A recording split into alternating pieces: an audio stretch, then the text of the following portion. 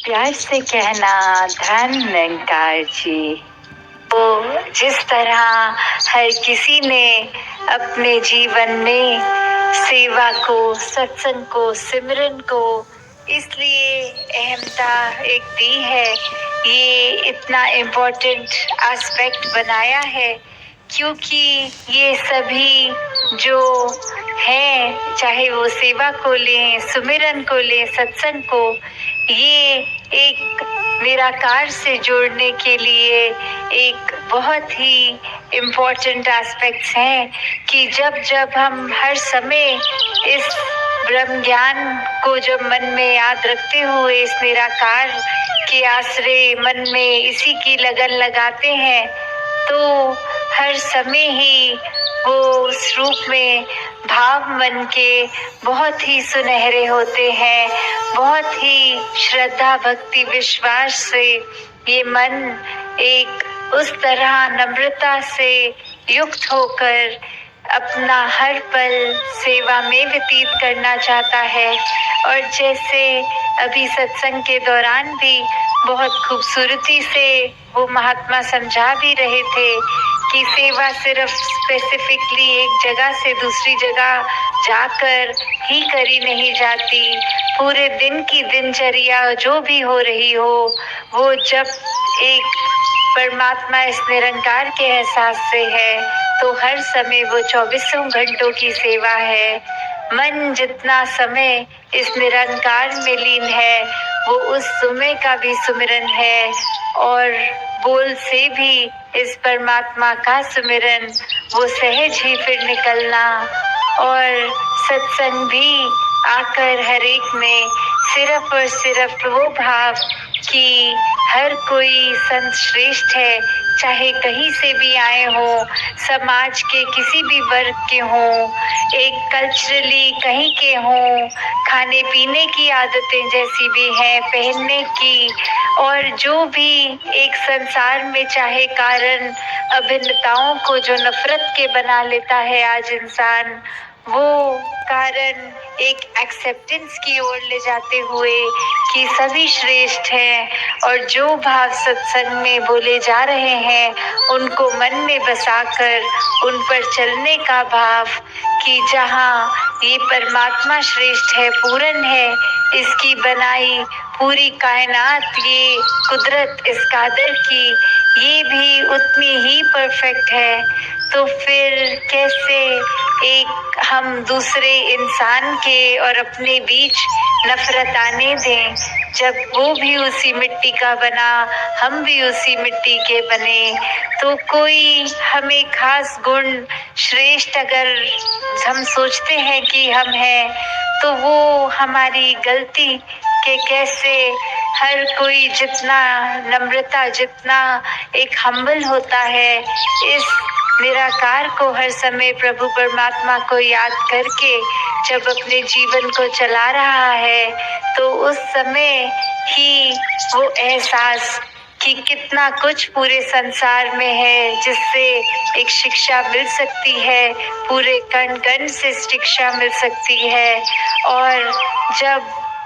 एक ऐसे महापुरुष संजन ये हमारे को सत्संग रूप में भी मिले हैं, तो हर एक से कितना कुछ सीखा जा सकता है अपने जीवन में। ये संतों का जो पैगाम है, जो आज का नहीं है संदेश, ये युगों युगों से यही संदेश कि सच तो एक सच हमेशा का सच होता है, सिर्फ और सिर्फ किसी पल या कुछ घंटों का मोहताज नहीं होता सच।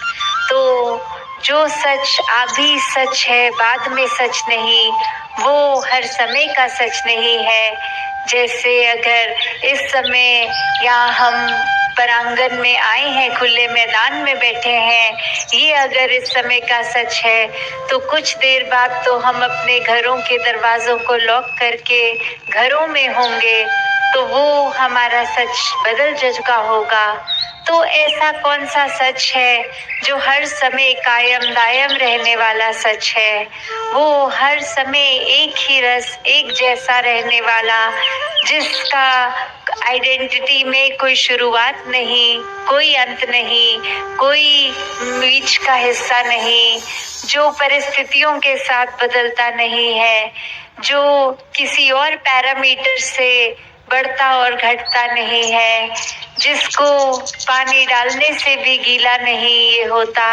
आग लगाने से जलता नहीं है। तो कैसा हमने ये कोई भी धर्म ग्रंथ उठा के देखे, वहाँ इसी सच को एक ये डेफिनेशंस हैं जो अभी हम सुन भी रहे थे कि किस तरह हर धर्म ग्रंथ यही बात बताता है कि ये सच ही है, चाहे हम इसको परमात्मा बोले, भगवान बोले, जो भी नाम से एड्रेस करना चाहें, ये सदैव रहने वाला कायम दायम सच, ये निराकार, इसको देखा जा सकता है, इसके रंग में हर समय रंगा जा सकता है। और जब इसका पता चल जाता है तो अपना भी पता चल जाता है कि एक तन की काया कुछ वर्षों तक जो साथ है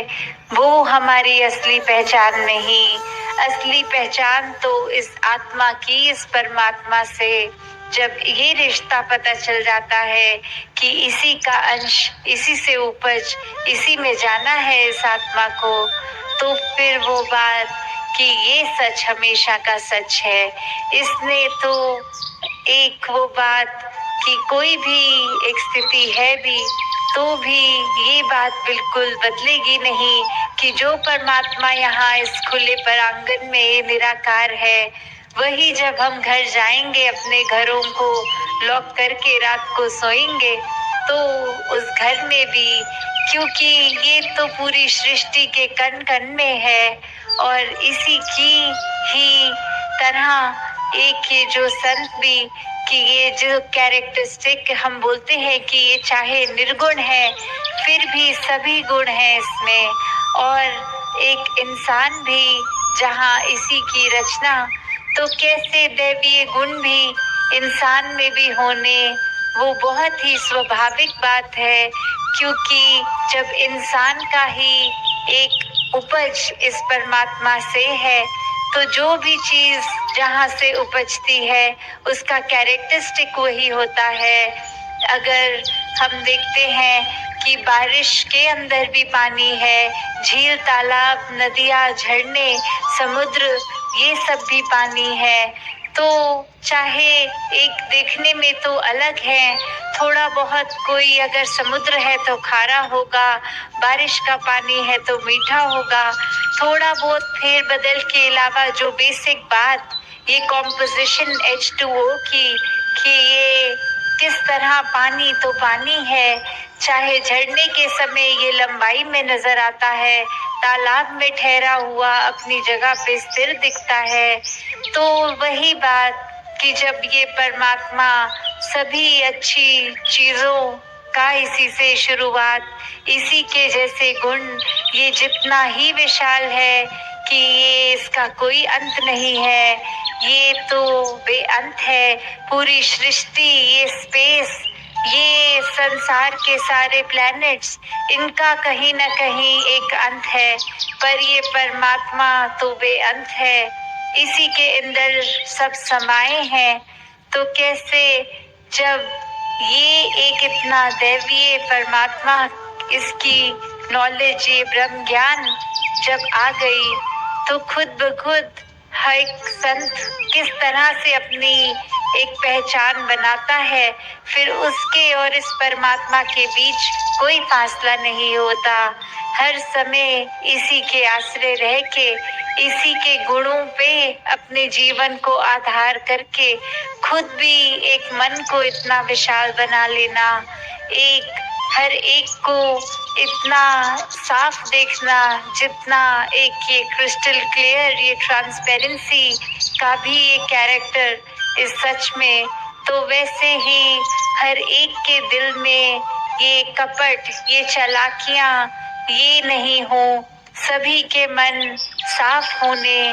जैसे उदाहरण में तो हम अक्सर ये भी देखते हैं कि एक हर एक को पता है कि बगुला भी और हंस भी लगभग देखने में एक झलक में सफेद वो बर्ड्स, वो पंछी, और किस तरह एक उनका फिर भी इतना फर्क। अक्सर बगुला के लिए वो मुहावरा कि बगुला भक्त भी बोलते हैं कि किस तरह एक टांग पे तो खड़ा होके ये दिखावा कि मैं बहुत स्थिर हूँ, मेरा मन बहुत ही साफ है, और कैसे वो आंख चाहे बंद भी उसकी हो उस समय, फिर भी ध्यान कि कब एक मछली मेरे आसपास आए और उसी समय अपनी चोंच से उसको पकड़ के खाया जाए। तो वो भक्ति उसकी निस्वार्थ भक्ति नहीं थी, वो एक पीछे का छुपा हुआ एक मकसद, ये हिडन एजेंडा, कि चाहे देखने में एक बहुत ही भक्त प्रवृत्ति दिख रही है, पर मकसद वो मछली का शिकार है। तो कैसे संत तो हमेशा एक चतुर चालाकियों से बहुत ही अलग रहते हैं, बहुत ही दूर रहते हैं। एक संत का तो मन बहुत ही पवित्र साफ होता है। ये पूरे संसार की भलाई का एक जो मकसद लिए मन में संतों के, तो पूरे संसार का दर्द होता है। तो कैसे ये दर्द भी कि जब संतों को पता है हमारे जीवन में ये सच्चाई, ये निराकार इस परमात्मा की पहचान आने से हमारा जीवन संवर गया है,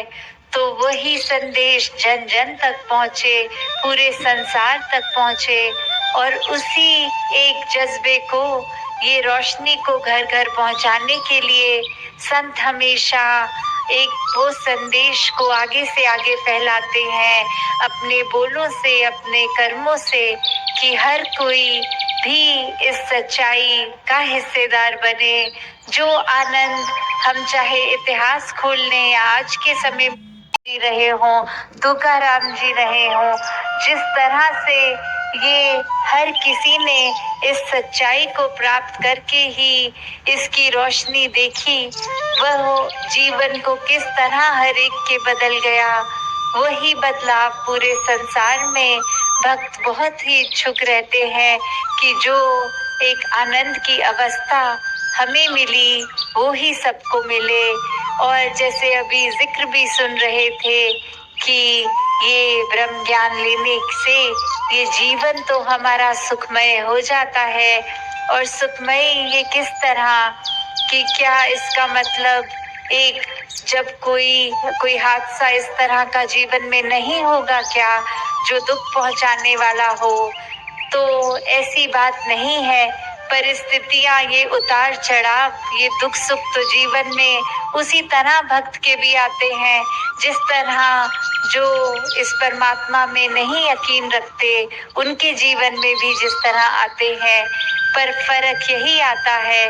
कि एक भक्त ने वो चुनाव किया कि अपने जीवन को सुखमय बना लिया, जब इसी की रजा में खुद को रंग लिया कि परमात्मा जो कर रहा है उसी में कोई शिकायत नहीं है। ये ही सबसे उत्तम हो सकता है एक भक्त के लिए, जब उस बात पे विश्वास करके पूरे दिल से एक अपने आप को अपने जीवन में आगे चलाने लगते हैं, तभी एक भक्त का जीवन जीते जी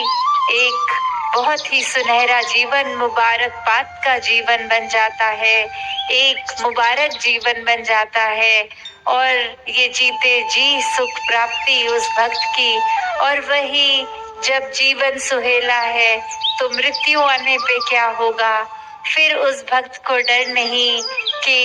एक जीवन खत्म होने के बाद क्या होता है, क्योंकि भक्त को तो पता है कि अभी भी निराकार में जी रहे हैं, और ये शरीर ना भी रहा तो भी इस आत्मा ने इस निराकार में ही जीना है।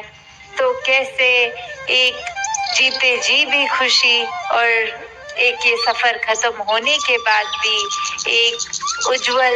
एक उस रूप में भी परलोक सुहेला वाली बात कि कैसे जो जीते जी चैन से जी गया उसने मौत के बाद भी चैन ही प्राप्त करना है। तो कैसे हर किसी का मकसद यही रहे कि हम एक इंसान हैं तो हमारे अंदर जहाँ मानवीय गुण, प्यार, नम्रता, करुणा, दया, विशालता, ऐसे और जो भी मानवीय गुण हैं जो हमारी भलाई के लिए हैं, पूरी संसार की भलाई के लिए हैं, इन भावों से युक्त होना, इस सच्चाई के साथ जुड़ के, इस निराकार के साथ जुड़ के जहाँ बहुत ही स्वाभाविक हो जाते हैं, वहीं ये संदेश सच का हर एक के हिस्से आए, उनका भी जीवन एक सुख चैन भरा हो जाए, वही प्रयत्न हर किसी ने करते जाना है। चाहे दिखने में अलग अलग हैं सब, एक स्वभाव सबका अलग अलग, खाना पीना अलग अलग, फिर भी ये जो एक कॉमन थ्रेड है वो यही परमात्मा, ये सत्य, और जो ये नो वन बी वन का भी संदेश साथ ही, कि ये जो यात्रा है, जो एक को जानकर एक होने वाली बात, ये एकत्व की बात है, ये वननेस की बात है, कि कैसे ये जीवन में हर कोई जहाँ एक बैकग्राउंड चाहे जो भी हो, कहीं से भी आ रहे हों, पर ये जब परमात्मा जीवन में आ जाता है, ये ब्रह्म ज्ञान से इस परमात्मा को हर समय 24 घंटे अपने अंग संग देख के दिल में एहसास इसका कर सकते हैं, तो ये आत्मा और परमात्मा का मिलन, ये एकत्व हो जाता है। और इस एकत्व के बाद हर किसी से एक हो जाना संभव हो जाता है, बहुत ही स्वाभाविक हो जाता है, बहुत ही नेचुरली हर किसी के लिए मन में प्यार आ जाता है, आदर सत्कार आ जाता है,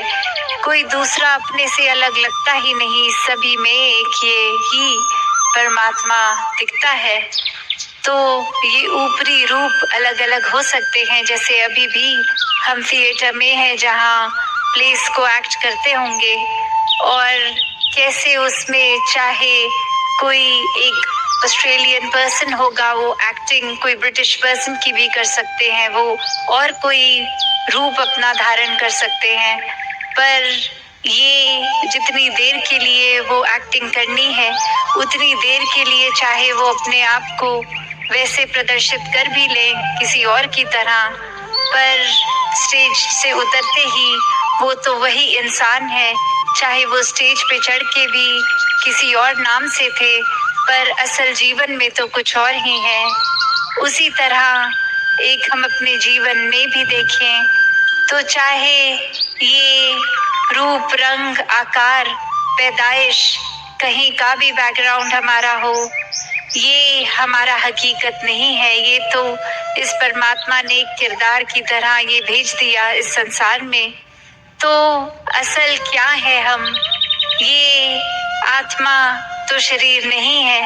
और ये परमात्मा आत्मा का ही मिलन सच्चाई है, क्योंकि ये परमात्मा खुद सच्चाई है, यही सच है, यही समय के साथ नहीं बदलता, यही नहीं कटता, इसी का एक विस्तार सीमित नहीं है, ये समय के साथ नहीं बदलता। तो कैसे जब इस स्थिर के साथ मन जुड़ जाता है, तो असल में हम जीते जी भी स्थिर हो जाते हैं, जीते जी इस ब्रह्म में लीन हो जाते हैं, और फिर इसी जीवन के दौरान इसके साथ हर समय जुड़ेंगे, तो ये मोक्ष, मुक्ति, ये सैल्वेशन की बात, कि ये हकदार भी तभी बनेंगे जब हर पल जीते जी इसको मन में बसाएंगे। तो कैसे एक जीवन में जहाँ मानवीय गुणों की बात होती है, ये ह्यूमन वैल्यूज की होती है, ये भी तभी स्वाभाविक आ जाते हैं जब जीवन में एक परमात्मा को इस कदर बसाया कि इसके साथ की जुड़ी हुई हर गुण हमारे जीवन में आ गए। ये जैसा असीम है, तो ऐसे ही हमने अपने मन को भी विशाल करना है, एक दूसरे से एक खटास के भाव, एक नफरत के भाव, तंगदिली में नहीं फंसना है। ये परमात्मा को अक्सर प्यार के साथ ही बोलते हैं कि love is God and God is love. उसी तरह प्यार बन के हर किसी को हमने भी प्यार बांटना है। ऐसा कोई भी मानवीय गुण अगर हम देख लें, वो उत्पन्न इस परमात्मा से ही है। और जितना ज्यादा ये आत्मा इस परमात्मा में लीन हो जाएगी, इसमें एकमिक हो जाएगी, उतना ही असल का इंसान हम बन के ये मनुष्य का तन मिला है, तो ऐसा ही जीवन भी जिएंगे। फिर ये कोई बनावटी गुण नहीं होंगे कि कुछ चंद व्यक्तियों के साथ आज है मिलना है तो कुछ घंटों के लिए अच्छे बन गए। नहीं, भक्त तो हर समय का ही भक्त होता है, कुछ घंटों का भक्त नहीं होता। चाहे वो सत्संग में है उस समय, या घर में या कामकाज में, भक्त तो भक्त ही होगा। जैसे कोई स्टूडेंट्स हैं, अगर वो स्कूल के अंदर भी उस समय है तो भी वो स्टूडेंट ही कहलाया जाएगा। जब वो समर ब्रेक पे हैं, अपनी छुट्टियों पे, तो भी कोई पूछे आप क्या करते हैं, तो जवाब में यही आएगा, हम स्टूडेंट हैं। चाहे वो पूरी छुट्टियों में एक किताब एक अक्षर भी ना पढ़ा हो, वो रहेंगे तो स्टूडेंट्स ही। तो ऐसे ही एक जीवन भक्त का, जहाँ हर समय 24 घंटे की भक्ति है, ये उठते बैठते सोते जागते अपनी सारी रोल्स एंड रिस्पॉन्सिबिलिटीज, ये कर्तव्यों को निभाते हुए भी भक्ति ही भक्त हर समय करता है। कोई काम में जब प्राथमिकता इस परमात्मा को दी जाए, वो स्वाभाविक रूप में ही भक्ति बन जाती है। ये एहसास की बात है, ये एकमिक होकर उसी से अपने आप को अलग ना महसूस करते हुए, तो ऐसा ही जीवन जीना भक्तों ने सिखाया है। वरना तो जिस समय हम इस परमात्मा को भूल जाएं, वही अहंकार भी मन में साथ ही आ जाएगा, नेगेटिविटी आ जाएगी, अंधेरे आ जाएंगे। तो ऐसा भी स्वभाव बन जाता है इंसान का कि फिर एक दूसरे से नफरत करने के अनेकों कारण बना लेगा, जो कारण होगा भी नहीं। ऐसे भी कह देंगे कि वो इंसान पसंद नहीं है, कारण नहीं पता क्यों नहीं अच्छा लगता, बस अच्छा नहीं लगता, ऐसा तक कह देते हैं, सोच बना लेते हैं, बेवजह ही नफरतों के कारण बन जाते हैं। और जैसे संसार में हम देखते हैं that people do odd things to get even, कि किसी के लिए एक मन में बात रख ली कि ये इंसान ने एक समय पे कुछ ऐसी बात कह दी थी, वो आज तक दिल में है हमारे, उस इंसान को माफ नहीं कर पा रहे, उस इंसान के साथ प्यार नहीं कर पा रहे, इतने हिसाब रख के बैठे हैं, इतना बोझ हम अपने अंदर मन के बना कर बैठे हैं कि ये एक समय आएगा तो उसने मेरे साथ ऐसा किया तो मैं उसके ये बोलूंगा, ये करूंगा। ऐसे तो ये स्कोर सेटल हो रहा है आज की दुनिया में कि किसी ने कुछ कहा तो उससे बढ़ चढ़ कर और बुरा उसको कह दिया जाए, जबकि ये इंसान का किरदार तो इस परमात्मा ने प्रेम बना कर रखा है। तो कैसे हम अपने से अलग ही व्यवहार करते जा रहे हैं, जो मूल रूप में ये परमात्मा के गुण है हम में, उससे तो काफी अलग हैवानों वाला जीवन जी रहे हैं। तो जीवन के श्वास बहुत ही अनमोल हैं, इनको व्यर्थ नहीं जाने देना, वरना तो एक पल लगता है सूक्ष्म सा भी अहंकार आने में, ये इतना छोटा भी कि खुद को भी अक्सर पता नहीं लगता कि इस समय वो विनम्रता हमारे अंदर नहीं है, एक अहंकार ने उसकी जगह ले ली है। जैसे एक कहानी भी है जहाँ एक इंसान अपने गुरु के पास, पहले उनके बचपन में अपने उनके शिष्य होते हैं और फिर कामकाज किसी और शहर में करके बहुत ही धन दौलत कमाकर फिर अपने एक गुरु के पास आते हैं कि अब तो वो क्षमता आ गई है कि सेवा की जाए और कुछ दान दिया जाए। और फिर आते हैं और अब आके बहुत ही वो नामी उपाधि भी लग जाती है, तो दरवाजे पे जो खड़े होते हैं सेवादार, उनको नाम लिख के देते हैं अपना, कि ये डॉक्टर, ये जो भी अपनी उपाधि लगाकर अपने नाम के साथ, और कहते हैं गुरुजी को दे दीजिए। वो जब ये नाम देखेंगे वो पहचान देंगे कि मैं ही हूँ और अंदर आने को कहेंगे। और वो सेवक जाकर गुरु को देता है, पर गुरु कहता है मैं नहीं जानता ये कौन है। और फिर यही बात कन्वे की जाती है। इस बार वो अपनी उपाधि हटा के सिर्फ नाम लिख कर देते हैं, और अपने आप की ये गलती रियलाइज करके, और इस समय वो एंट्री मिल जाती है, गुरु आने देते हैं के लिए। बहुत ये जो भी सामग्री लाए होते हैं वो रखते हैं, चाहे वो रखने के समय वो सामान से कोई भी आवाज नहीं आती, फिर भी गुरु ऐसा कहते हैं कि अगर रखना ही था, कुछ भेंट करना ही था, तो बहुत आराम से रखते, इतना शोर क्यों मचा के रख रहे हो। और अब वो व्यक्ति सोच में कि मैंने तो कोई शोर ही नहीं किया, बहुत आराम से। तो गुरु समझाते हैं कि ये अहंकार के शोर की बात है,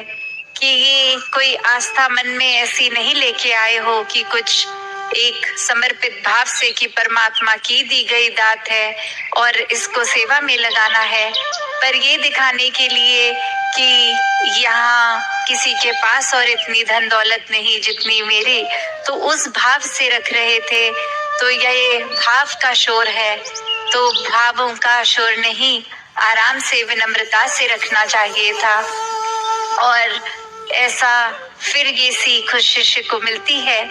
और उतने में ये ही भाव आता है मन में कि ये जीवन तो एक, हम जिसको अहंकार में रच लेते हैं कि हमारे शरीर में इतना बल है, हमारी बुद्धि इतनी तेज है, हमारा जीवन तो ऐसा है जैसा और किसी का होगा ही नहीं। तो बात वही कि इस कर्ता को हम भूल रहे हैं कि ये परमात्मा ने ही सब कुछ दिया है। एक कस्टोडियन की तरह हमारे को ये कुछ साल मिले हैं शरीर की तरह लिए, और इसको सिर्फ सदुपयोग में ही लगाएं। अगर शरीर का बल है तो किसी को गिराने में नहीं, किसी को उठाने में वो बल का इस्तेमाल हो। एक अगर दिमाग भी तेज है तो चतुर चालाकियों में एक ना जलते हुए एक अपनी बुद्धि को भी सदुपयोग में लाएं। ये किस तरह से पूरे संसार का भला हो सकता है, ऐसे में लगाएं। ऐसे अनेकों पहलू जो भी हम देखें, हर एक के पीछे ये दातार ही है जो देने वाला है। बस मन को काबू हमने करना है, क्योंकि अक्सर चालाकी में हम ऐसा भी कर देते हैं कि हमारे अंदर अगर कोई नेगेटिव भाव आ रहे हैं, कोई चालाकियां आ रही हैं, तो भी तो परमात्मा ही ला रहा है वो ख्याल भी। तो बात वही कि यहाँ फिर हम समर्पित भाव भी नहीं रख रहे, यहाँ तो सिर्फ एक ऐसी ढाल बना के बैठे हैं कि हम कुछ भी गलत कर लें और नाम इस परमात्मा का लगा देंगे। तो बात वही कि जीवन में अपने हर किसी ने इस परमात्मा से जुड़ना तो है, पर सही कारण से,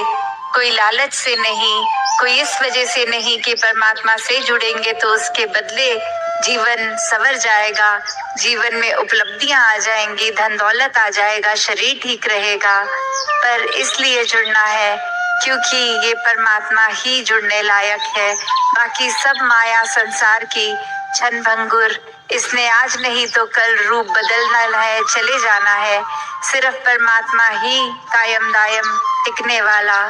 तो ऐसा ही एक ठहराव वाला जीवन, सहज जीवन हर कोई जीता जाए। तभी एक वाक्य ही असली लगेगा जब ये जीवन में पॉजिटिव चेंजेस दिखें। ये जीवन में एक वाक्य ही ये मिशन की शिक्षाएं जो बाबा जी ने हमेशा एक पल पल खुद जी के दिखाई, उनको डालना, एक तंगदिली का प्रयोग नहीं, एक विशालता को अपनाना, विनम्रता को अपनाना, हर एक को प्रेम पूर्वक अपनाना, हर एक के बन जाना। ऐसे गुणों से युक्त हम अपने अंदर खुद देखें कहाँ खड़े हैं। और फिर अगर जीवन में ऐसे अच्छे गुण हैं तो वाकई ही बाबा जी से ये प्यार है, वरना नहीं है। तो अपने अंदर हर कोई अपने आप को संभाल ले। ये शिक्षाएं तो अनगिनत हैं, इनको अपना लें, अपने जीवन को एक पॉजिटिव रूप में तब्दील करें। कैसे ये समर्पण जो उनका साथ संगत की तरफ भी था, अक्सर कितनी बार एक सेहत उनकी खुद भी अगर ठीक नहीं और सत्संग का टाइम है या टूर में है, तो हम अगर सब रिक्वेस्ट करते भी कि आज रेस्ट कर लीजिए, तो बात वही आती कि नहीं, सत्संग जाके तो तबीयत ठीक हो जाएगी, संतों के दर्शन होंगे। तो बात यही, ये ओतप्रोत मामला था। ये प्यार जो सभी संत भक्त बाबा जी को करते और उनसे कितने ज्यादा मल्टीपल फोल्ड्स वो प्यार वापस मिलता। कैसे फिर एक ये शिक्षाओं का हम जितना भी एक जिक्र आज भी कर रहे हैं या करते आते हैं, या दिन में कितनी बार वो ऐसे ही दिल में रिप्ले हो जाती हैं। तो बात वही कि एक निराकार के सारे गुण बाबा जी में, और वो उम्मीद जो हर संत से लगाते थे कि जहाँ ये अक्सर विचारों में कहते थे every soul is potentially divine, और एक अपना असली रूप हर एक को ये पोटेंशियल है, ये पहुंच सकते हैं उस रूप तक। तो वो कर्तव्य, वो प्रयत्न, वो प्रयास हर एक का होना चाहिए कि निराकार जैसे ये अनंत गुण, इन सबको अपना लें, ये मानवीय गुणों को अपना लें। जहाँ हमेशा ये शिक्षाएं दीवार गिराने की, एक दिल से दिल तक पुल बनाने की, परमात्मा के साथ एकत्व करके हर एक से एकत्व करने की। कैसे ये एक जो रिलीजन की भी बात जब भी करी कि ये रिलीजन यूनाइट्स नेवर डिवाइड्स, कैसे एक वो रोशनी के ये आध्यात्मिक रूप हर एक में, ये दैवीय रूप, ये आत्मा जो ये निराकार में एकमिक होना ही इसका परम लक्ष्य। और कैसे संसार में तो एक बंटवारे किसी चीज पे भी, कभी रंग नस्ल पे, कभी धर्म पे, कभी जात पे इत्यादि, और यही प्रयत्न बाबा जी का कि ये एकत्व मनों का हो, ये प्यार ही चहुं ओर बरसे। और हम अपने अंदर अब झांके कि चलो, हो सकता है हम किसी दूसरी जाति या कहीं और रहने वालों से नफरत नहीं करते, पर क्या हम अपने अंदर कोई और कारण, किसी और व्यक्ति विशेष जिसको हम निजी तौर से एक पर्सनल तरीके से, चाहे काम पे, चाहे घर में या कहीं भी जानते हो, क्या उनके लिए मन में कोई भार बना के बैठे हैं, एक दूषित विचार बना के बैठे हैं। तो चाहे वो मोटे तौर पे अगर देखें तो हम एक दूर रहने वालों से नफरत नहीं कर रहे, उनकी किसी भी बायसनेस एक मन में नहीं डाल रहे उनके लिए, पर हम अपने इंटरपर्सनल रिलेशनशिप्स में ही ये खुद ही दूरियां पैदा कर रहे हैं, खुद ही सोच को खराब करके नफरतों के कारण बना रहे हैं। तो बात सिर्फ एक संसारिक एक रूप में तो तब वो मुबारक है जब निजी रूप पहले खुद से शुरू होके घर पर, हर परिवार, मोहल्ले, शहर, देश, संसार, तो ऐसे ही ये रिपल इफेक्ट प्यार का हर कोई फैलाते जाए, ये शिक्षाओं को याद करते जाए। कैसे एक अक्सर जो आजकल वातावरण पिछले दिनों देखा भी, उस पे भी बाबा जी अक्सर वही एक एग्जाम्पल देख के बोलते थे कि आज की दुनिया का तो वही रूप है कि ये गाइडेड मिसाइल्स तो हैं, पर जो लोग हैं वो मिसगाइडेड हो गए हैं। तो एक किसी मशीन को एक डिस्ट्रक्शन के रूप में तो कमांड एक अच्छी सी गाइडेंस देके वो करवाया जा सकता है, पर ये इंसान की सोच, इसके लिए तो ये जो गाइडेंस अगर है तो वो एक सत्संग रूप ही है, ये एक स्पिरिचुअल जर्नी ही एक सही तरीके से सही रख सकती है। ये मनमत का रास्ता जिन्होंने भी अपनाया तो वो फिर किसी भी एक समय पर एक इंसान कहलाने से कोसों दूर हो गए। कैसे हर एक को चाहे पहली बार भी बाबा जी मिलते, वो इंसान ऐसा ही महसूस करता था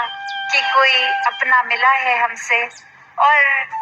हर एक की छोटी छोटी चीजों को भी इतना याद रखना कि अगली बार वो चाहे कितने वर्षों बाद मुलाकात हो, उन तक फिर वो कोई जिक्र उसी बात का करना।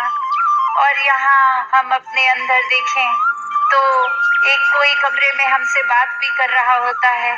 तो वो बात ढंग से सुनने की बजाय हम अपने फोन पे ही एक नजर टिका के या स्क्रॉल कर रहे होते हैं या किसी और के मैसेज का जवाब दे रहे होते हैं। ये ध्यान से सुनने की बात तो दूर की हो गई है। तो कैसे छोटे छोटे चेंजेस ही जीवन में अगर हम अपने लाएं तो वाकई ही वो समर्पण बाबा जी के प्रति होगा। ये समर्पण जैसे आज भी सत्संग में उदाहरण सुना कि चीनी का पानी में घुल जाना, तो वो एक एंटिटी बन जाती है, वो फिर अलग नहीं हो सकती। ऐसा समर्पण जो बाबा जी ने हम सबके प्रति किया, एक वो समर्पण आज हमें उन शिक्षाओं के प्रति भी करना होगा। तभी वाकई एक असली रूप में ये याद, ये सत्कार, ये प्यार बनेगा। जहाँ आज अवनीत जी का भी जिक्र हो रहा है, कैसे वो सिर्फ आखिरी पलों की बात नहीं, ये मन जुड़ा हुआ परमात्मा की ओर, कोई भी बात उन्होंने करनी तो वो कंक्लूजन, ये निराकार सद्गुरु शिक्षाएं ऐसी ही रहती थी। कोई भी अगर एक दूर दूर तक हम अपनी बुद्धि से सोचे कोई बात अभी क्या हो रही है, इसका कैसे निकल सकता है वो कंक्लूजन, पर वो दिमाग में, दिल में इतने परमात्मा से जुड़े कि कोई भी बात करके उसका शिक्षा रूप यही निकालते थे। तो ऐसा जीवन, एक मुबारक जीवन परिवार को भी, जहाँ एक ये आशीर्वाद रूप, वहाँ एक घटना भी दासी को आ रही है याद कि कैसे एक दिन मुंबई में जब अवनीत जी के साथ रहना होता था और दिल्ली आके सिर्फ एक रात के लिए ही आना हुआ था, और तब उस समय डिनर के बाद बाबा जी के साथ ये एक टहलने का रूप, एक सैर रूप, एक वो पल मिले। तो एक वो समय अवनीत जी कहते कि आप चले जाइए, मैं थोड़ी देर बाद आ जाता हूँ, और सिर्फ बाबा जी और दासी और वो जो भी बात कर रहे थे दासी, वो आंसर्स उस रूप में बता रही थी कि ये ऐसे ऐसे, और वहीं एक ध्यान उस तरफ भी लगा हुआ कि कह रहे थे अभी आएंगे, बहुत देर हो गई, आए नहीं। तो उतनी देर में ही बाबा जी की ओर ये आई कांटेक्ट होता है, तो वो कहते हैं कि अवनीत को बोल दो कि वो इतनी गर्मी में पसीने में खड़े हैं, पंखा ही चला लें अपने ऊपर। और दासी की तब नजर पड़ी कि वो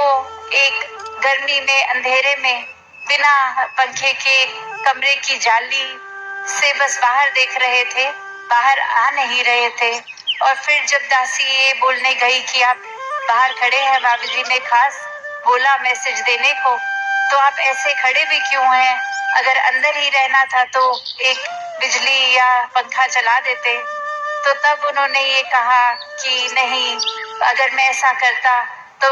एक बाबा जी उसी समय देख लेते और आपको कह देते कि बाहर लेके आ जाओ, और मैं चाहता था कि अभी एक ही दिन का कुछ घंटों का मौका है तो आप दोनों को अकेले मिले, कोई तीसरा इंसान ना हो। तो उसके ऊपर ही दासी ने कहा आप चाहे कितने भी छुप जाएं, सदगुरु की नजर पड़ गई और मुझे यही मैसेज देने को कहा है कि गर्मी में ना खड़े हो, पंखा तो कम से कम चला लें। तो बात वही, ये दिलों की तारें इस तरह, ये ओत प्रोत प्यार का बात कि जहाँ वो गुरसिख का उस समय वो सदगुरु रूप सत्कार तो था, और ये कारण भी बाद में मैंने पूछा कि फिर खिड़की से बाहर क्यों झांक रहे थे, तो वो कह रहे थे कि बस इसलिए कि यदि आप बातें ज्यादा करते रहे और बाबा जी को प्यास लग गई और उस समय आप अगर पानी लेने के लिए जाएंगे और मैं देख लूंगा, आपको कह दूंगा कि आप अभी रुकिए, टहलिए और मैं फटाफट पानी लेके आ जाऊंगा, तो बस वो सेवा रूप के लिए वहां खड़े थे। तो बात वही कि ये एक अंत के ही कुछ पल नहीं, ये एक भक्त भगवान का भी जहाँ रिश्ता, वहाँ वो पर्सनल लाइफ में भी एक वो कंसिडरेशन दोनों ओर, जहाँ एक अवनीत जी के भी मन में आया कि एक ये यहाँ फादर डॉटर टाइम एक मिले अनइंटरप्टेड, और वहीं एक ये भक्त भगवान का रिश्ता भी, बाबा जी को भी वो पता था शुरू से कि वो वहाँ खड़े हैं। तो अक्सर ये उदाहरण को अगर हम सब अपने जीवन में भी देखें कि ये निराकार तो हर समय हमारा अंतर्यामी देख ही रहा है सब कुछ, ये हमारी ही नियत है कि क्या हम उस समय या सिर्फ कोई चतुर चालाकियां या मन में बात सिर्फ कुछ ऐसी ही कि एक वो दूषित ख्याल।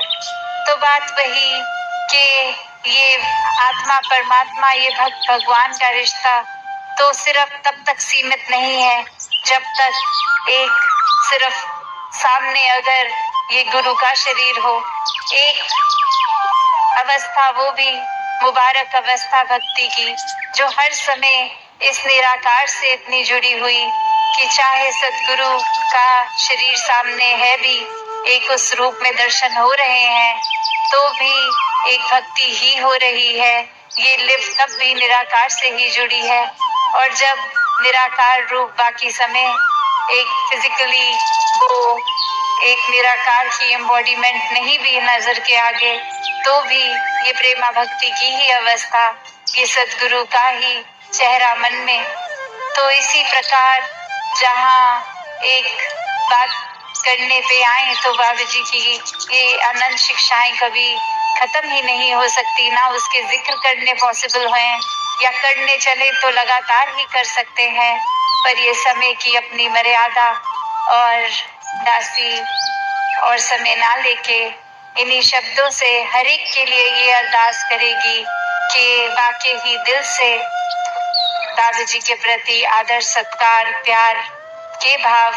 ही हो, एक वो सिर्फ लेबल की तरह या नाम की तरह यूज ना करें, एक दिल से वाकई ही ये प्यार सिर्फ वही एक प्रमाण होगा जब हर एक के प्रति हमारा प्यार है, तो वाकई ही बाबा जी की शिक्षाएं दिल में है। सत संगत जी, धन निरंकार जी।